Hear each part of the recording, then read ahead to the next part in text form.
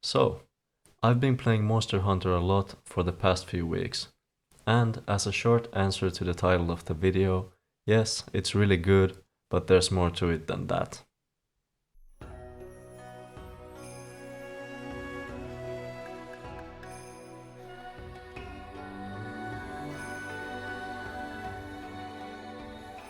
I've been aware of the existence of Monster Hunter for a long time now, but I hadn't ever been really compelled to try it.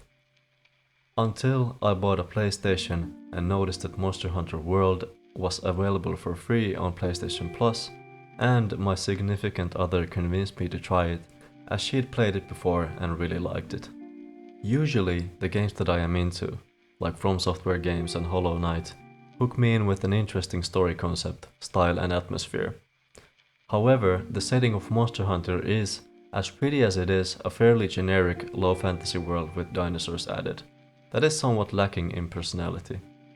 The story, as far as I've seen, is pretty much the same in every single Monster Hunter game.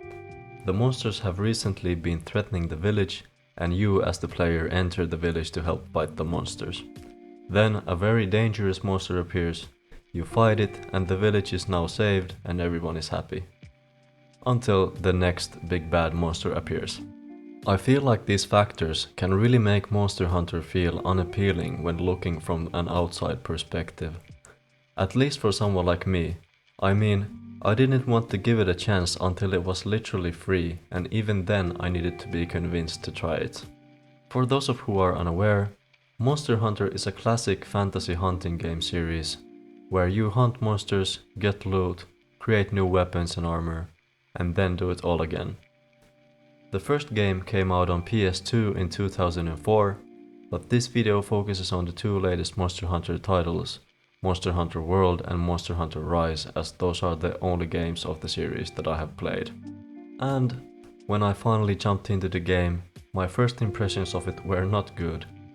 The game immediately throws you into tutorial hell with pages and pages of text to read, convoluted menus, and the sheer amount of different game mechanics you're supposed to understand to play the game to its full extent. Thankfully though, you can skip most of this stuff and pick it up on the way as you go. Coming from the perspective of a From Software fan, the combat also felt extremely clunky and awkward in the beginning. You are extremely slow, you can barely move when your weapon is in your hand, and the invincibility frames don't work the same way as they do in Dark Souls. Sometimes if you roll while running, you fall face first on the ground and take forever to get up. And speaking of laying on the ground, you spend a lot of time doing that when you're learning the game. Monster hits you, you're on the ground for a while. You roll wrong, ground. You get affected by a status ailment, and you better believe you'll be lying on the ground until your dumbass cat decides to come and wake you up. As you can probably tell, I wasn't really feeling it in the beginning, and I felt that there was something missing, something preventing me from enjoying the game as it was supposed to be enjoyed. It didn't take too long until I found it in my equipment box, and when I did, everything clicked for me. The Greatsword.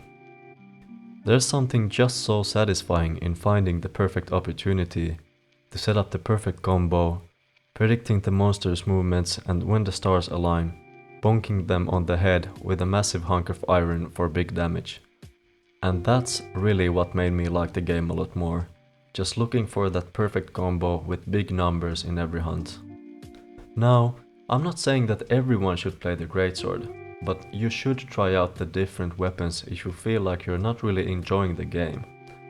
They provide significantly different playstyles to approach the game with, and this is very valuable as it adds tons of variety to the combat mechanics in an already massive game. I actually started the game playing with the hammer. The range and the moveset of the weapon felt kind of awkward to me, and honestly, after the very first mission where I had to clobber this defenseless dino's skull in with this massive hammer, I just didn't feel good using it.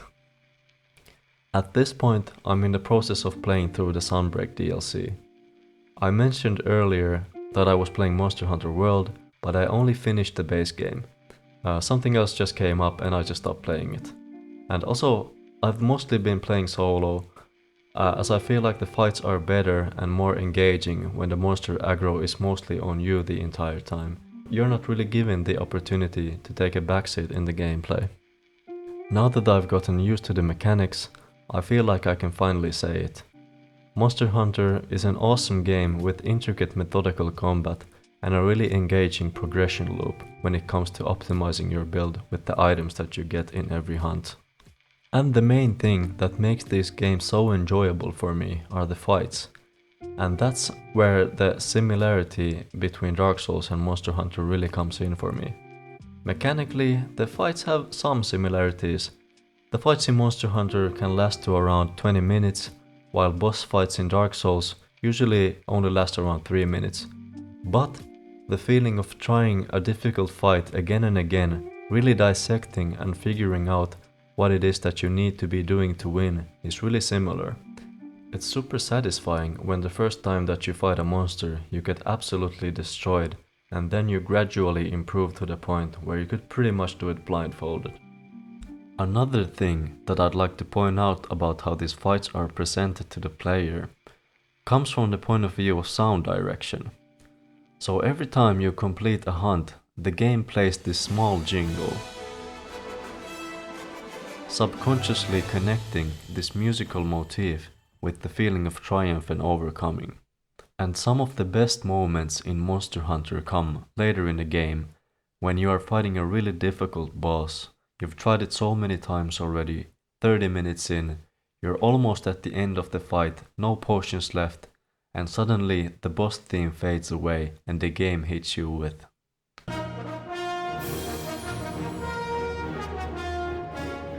There is really nothing else that gives you this type of feeling in gaming, and these unique moments are what makes these games so special in my opinion.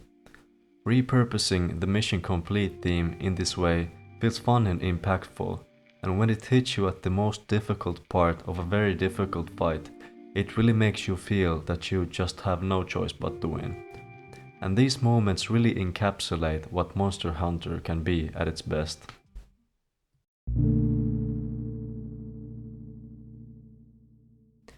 Because of the amount of fun that I've had with these games, I wish that I didn't have anything bad to say about them, but unfortunately I do. These games, as great as they are honestly far from perfect in my opinion. For me, the cracks really began to show when I started playing Sunbreak, the DLC of Monster Hunter Rise. Even though at this point I've gotten used to it, the game's menus and game mechanics still feel very bloated to me. For example, you have the items menu, the Regial menu, and then the quick select menu, which you will pretty much never use inside of a hunt. This feels needlessly complicated just for using items. When it comes to the game mechanics outside of combat, you have for example a guy who can train your buddies, a separate guy who can send your buddies on their own hunt, then another guy who can send your buddies to trade for you, and then one more guy who you can hire more buddies from. And all of these guys have their own unintuitive menus, not to mention the separate menu which you need to use to change body equipment and such. I feel like this same thing repeats itself a lot in this game, with armor creation, missions, and even managing your own items. It feels like there are way too many menus and characters whose only purpose is being a menu in this game. Also, there are usually multiple different ways to do the exact same action, which makes the game seem even more bloated. And while this issue might be a bit off-putting, especially for new players, it's definitely something that you eventually get used to if you manage to stick with the game. My main issue, however, is what you actually spend time doing for the majority of the game. Now, these games are long and can easily take up to hundreds of hours to finish. The game consists of hunting missions, and the missions are divided into 3 stages: low rank, high rank, and master rank. And there's also the village quests, which are at the same level as the low rank quests. So, the game starts off with village and low rank quests. These quests are fairly easy and shouldn't really pose a challenge if you're familiar with similar games or other Monster Hunter titles. And when you've progressed through the low rank, you move into the high rank, where for the most part you fight the exact same monsters again, but this time they have a little bit more HP and they deal more damage. The same thing happens once more in Master Rank, but this time they might be a little bit faster and have some new moves. And you probably didn't cart to most of these monsters in low rank, and that's probably not gonna happen in high rank or Master Rank either. A lot of these monsters that you have to fight again and again are very easy. And when I say that they're easy, that doesn't necessarily mean that the fights are fast. You usually still end up spending at least 10 to 15 minutes per fight on these hunts, and so much of this game is spent playing in this mind state, where you can pretty much play the game on autopilot without putting any thought into it. This, unfortunately, makes a lot of the gameplay very unnecessary and boring to me. If you ask me, Monster Hunter is at its best when you're really pushed to your limit, struggling for the entire fight, barely managing to deliver the final blow. I understand the existence of low rank for someone who is new to the series or new to gaming in general, but I wish that there was a way to skip it entirely. Regardless of the issues with the game, I'm still hooked to it, and I'm willing to force myself to go through the repetitive portions of the game to get to the good stuff. And I'm still gonna get the next Monster Hunter game when it comes out. In conclusion, I'd say that if you're into Souls-like games, you really should try Monster Hunter and vice versa. They're great games.